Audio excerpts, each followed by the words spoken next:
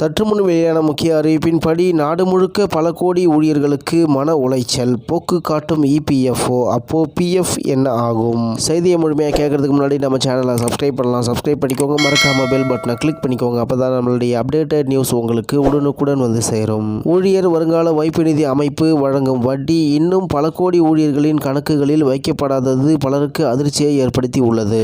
மே 23, 2025 நிலவரப்படி ஊழியர் வருங்கால வைப்பு நிதி அமைப்பு அதாவது இபிஎஃப்ஓ 2023 முதல் 2024 நிதியாண்டுக்கான வட்டியை உறுப்பினர்களின் கணக்குகளில் இன்னும் வரவு வைக்கவில்லை. மேலும் அந்த ஆண்டிற்கான 8.25% வட்டி விகிதம் பிப்ரவரி 2024 அறிவிக்கப்பட்டது. ஆனால் நிர்வாக நடைமுறைகள் காரணமாக வட்டி வரவு செயல்முறை தாமதமாகியுள்ளது.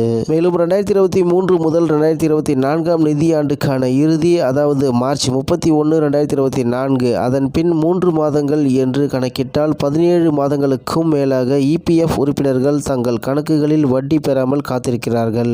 குறிப்பாக ஒவ்வொரு நிதி ஆண்டிலும் அந்த நிதி ஆண்டு இறுதியில் வட்டி வழங்கப்படும். ஆனால் இந்த முறை வட்டி வழங்கப்படவில்லை. ஆனாலும் அடுத்த சில வாரங்களில் வட்டி கணக்கீடு நடத்தப்படலாம் என்று கூறப்படுகிறது. மேலும் நாடு முழுக்க ஊழியர் வருங்கால வைப்பு நிதி அமைப்பிற்கு பிஎஃப் வழங்கும் பல கோடி பேர் இதனால் கடுமையான மன உளைச்சலுக்கு ஆளாகியுள்ளனர். அதே சமயம் ஏப்ரல் மாதத்தில் புதிதாக வேலைக்கு சேர்ந்த பணியாளர்களுக்கு அதாவது முதல் முறை வேலை பார்க்கும் பணியாளர்களுக்கு ரூபாய் 3000 இபிஎஃப்ஓ கணக்கில் செலுத்தப்பட்டு உள்ளது. ஊழியர்களின் வருங்கால வைப்பு நிதி அமைப்பில் அதாவது இபிஎஃப்ஓ கடந்த ஏப்ரல் மாதம் இணைந்த புதிய உறுப்பினர்களுக்கு குறைந்தபட்சம் ரூபாய் 3000 இபிஎஃப்ஓ கணக்கில் பணம் வழங்கப்பட்டு உள்ளது. கடந்த சில மாதங்களாக இந்த தொகை வழங்கப்பட்டு வரும் நிலையில் இந்த மாதமும் இந்த தொகை வழங்கப்பட்டு உள்ளது. ஏப்ரல் மாதத்திற்கான தொகை வங்கி நேரடியாக அவர்களின் இபிஎஃப்ஓ கணக்கில் மே மாதம் செலுத்தப்பட்டு உள்ளது.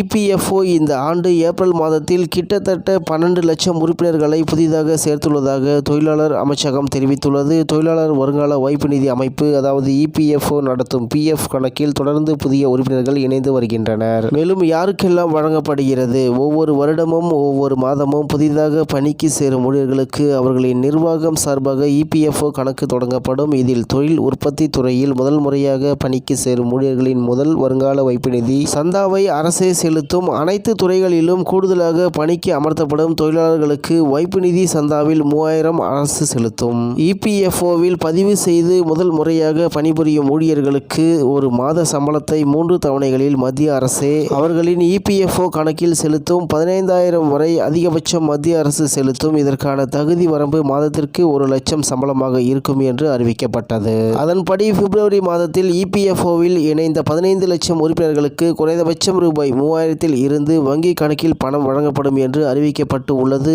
இது அவர்களின் நேரடி வங்கி கணக்கிற்கு செல்லாமல் பிஎஃப் வங்கி கணக்கிற்கு செலுத்தப்படும் என்று அறிவிக்கப்பட்டு உள்ளது என்று தகவல் வெளியாகி உள்ளது என்பது குறிப்பிடத்தக்கது.